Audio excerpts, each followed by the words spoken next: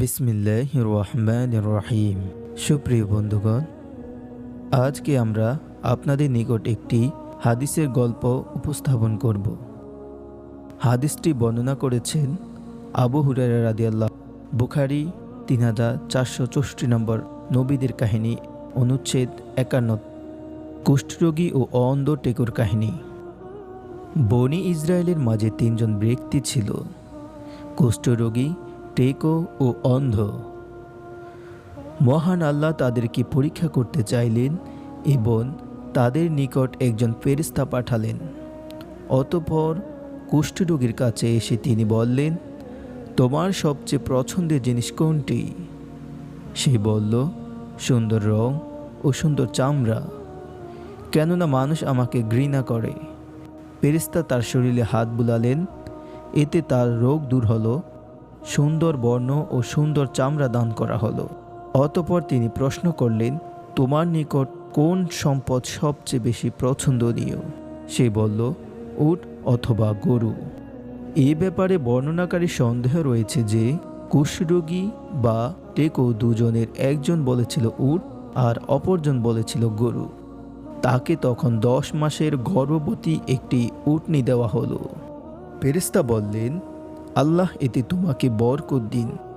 তারপর তিনি টেকো ব্যক্তির কাছে গিয়ে প্রশ্ন করলেন, তোমার নিকট সবচেয়ে পছন্দের জিনিস কোনটি? সে বলল, সুন্দর চুল এবং এই টাক হতে মুক্তি, লোকেরা যার কারণে আমাকে ঘৃণা করে। বর্ণনাকারী বললেন, তিনি তার মাথায় হাত বুলালেন, এতে তার টাক ভালো হয়ে গেল এবং তাকে সুন্দর চুল দান করা হলো। এরপর ফেরেশতা বললেন, কোন মাল তোমার নিকট অধিক প্রিয়? সে বলল, গরু। বর্ণনাকারী বললেন, তখন তাকে একটি গর্ভবতী গাভী দেওয়া হলো। ফেরেশতা বললেন, আল্লাহ এতে তোমাকে বরকত দিন। তারপর ফেরেশতা অন্ধ ব্যক্তির কাছে এসে প্রশ্ন করলেন, তোমার নিকট পছন্দের জিনিস কোনটি? সে বলল, আল্লাহ আমার দৃষ্টিশক্তি ফিরিয়ে দিন, আমি যাতে মানুষকে দেখতে পারি। ফেরেশতা তার চোখে স্পর্শ করলেন, এতে তার চোখের দৃষ্টি আল্লাহ ফিরিয়ে দিলেন। এরপর ফেরেশতা প্রশ্ন করলেন, কোন মাল তোমার নিকট অধিক প্রিয়? সে বলল, ছাগল। তাকে তখন এমন ছাগি দেওয়া হলো যা অধিক সংখ্যক বাচ্চা দেয়। তারপর উট, গাভী ও ছাগলের বাচ্চা হলো। ফলে একজনের উঠে ময়দান ভরে গেল, অপরজনের গরুতে মাঠ পূর্ণ হয়ে গেল এবং আরেকজনের ছাগলে উপত্যকা ভরে গেল। তারপর ফেরেশতা কুষ্ঠরোগীর কাছেই তার প্রথম রূপ ধারণ করে এসে বললেন, আমি একজন মিসকিন, সফরে আমার সব কিছু নিঃশেষ হয়ে গেছে। আজ আল্লাহ ব্যতীত কেউ নেই যার সাহায্যে আমি আমার গন্তব্যে পৌঁছাতে পারি।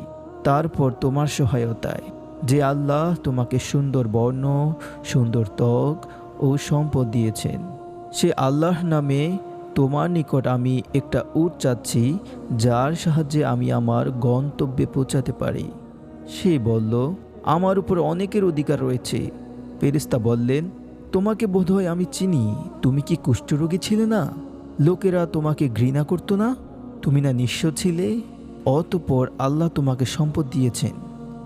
সে বলল, আরে, এই সম্পদটা আমি আমার উত্তরাধিকার সূত্রে পূর্বপুরুষ থেকে পেয়েছি। তিনি বললেন, তুমি যদি মিথ্যাবাদী হও তাহলে তোমাকে যেন আল্লাহ আগের মতো করে দেন। এরপর তিনি টেকো ব্যক্তির কাছে তার প্রথম রূপ ধারণ করে প্রথম লোকটিকে যা বলেছিলেন তা বললেন এবং সেও একই উত্তর দিল যা পূর্বের লোকটি দিয়েছিল। ফেরেশতা একেও বললেন, তুমি যদি মিথ্যাবাদী হও তাহলে আল্লাহ যেন তোমাকে পূর্বের অবস্থায় ফিরিয়ে দেন। এরপর ফেরেশতা অন্ধ ব্যক্তির কাছে তার আগের রূপ ধারণ করে এসে বললেন, আমি একজন মিসকিন, আমার সব কিছু সফরে নিঃশেষ হয়ে গেছে। এখন গন্তব্যে পৌঁছাবার আল্লাহ ব্যতীত আর কোনো উপায় নেই।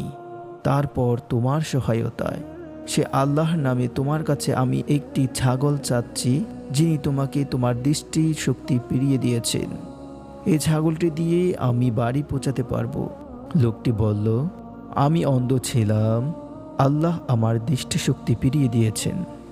আমি দারিদ্র ছিলাম, আল্লাহই আমাকে ধনী করেছেন। কাজেই তোমার যত ইচ্ছা মাল তুমি নিয়ে যাও। আল্লাহর শপথ, মহান আল্লাহর ওয়াস্তে আজ তুমি যা কিছু নিবে তার জন্য আমি আজ তোমার নিকট কোনো প্রশংসাই দাবি করব না। ফেরেশতা বললেন, তোমার সম্পদ তোমার কাছেই রাখো, তোমাকে শুধুমাত্র পরীক্ষা করা হয়েছে। তোমার প্রতি আল্লাহ সন্তুষ্ট এবং তোমার অপর দুজন সাথীর প্রতি অসন্তুষ্ট হয়েছে। এই গল্প থেকে আমরা একটি শিক্ষা পাই, সেটি হচ্ছে সর্বদা আল্লাহর নেয়ামতে শুকরগুজার হতে হবে। আল্লাহ আমাদের শুকরগুজার বান্দা হওয়ার তৌফিক দান করুন। আমিন।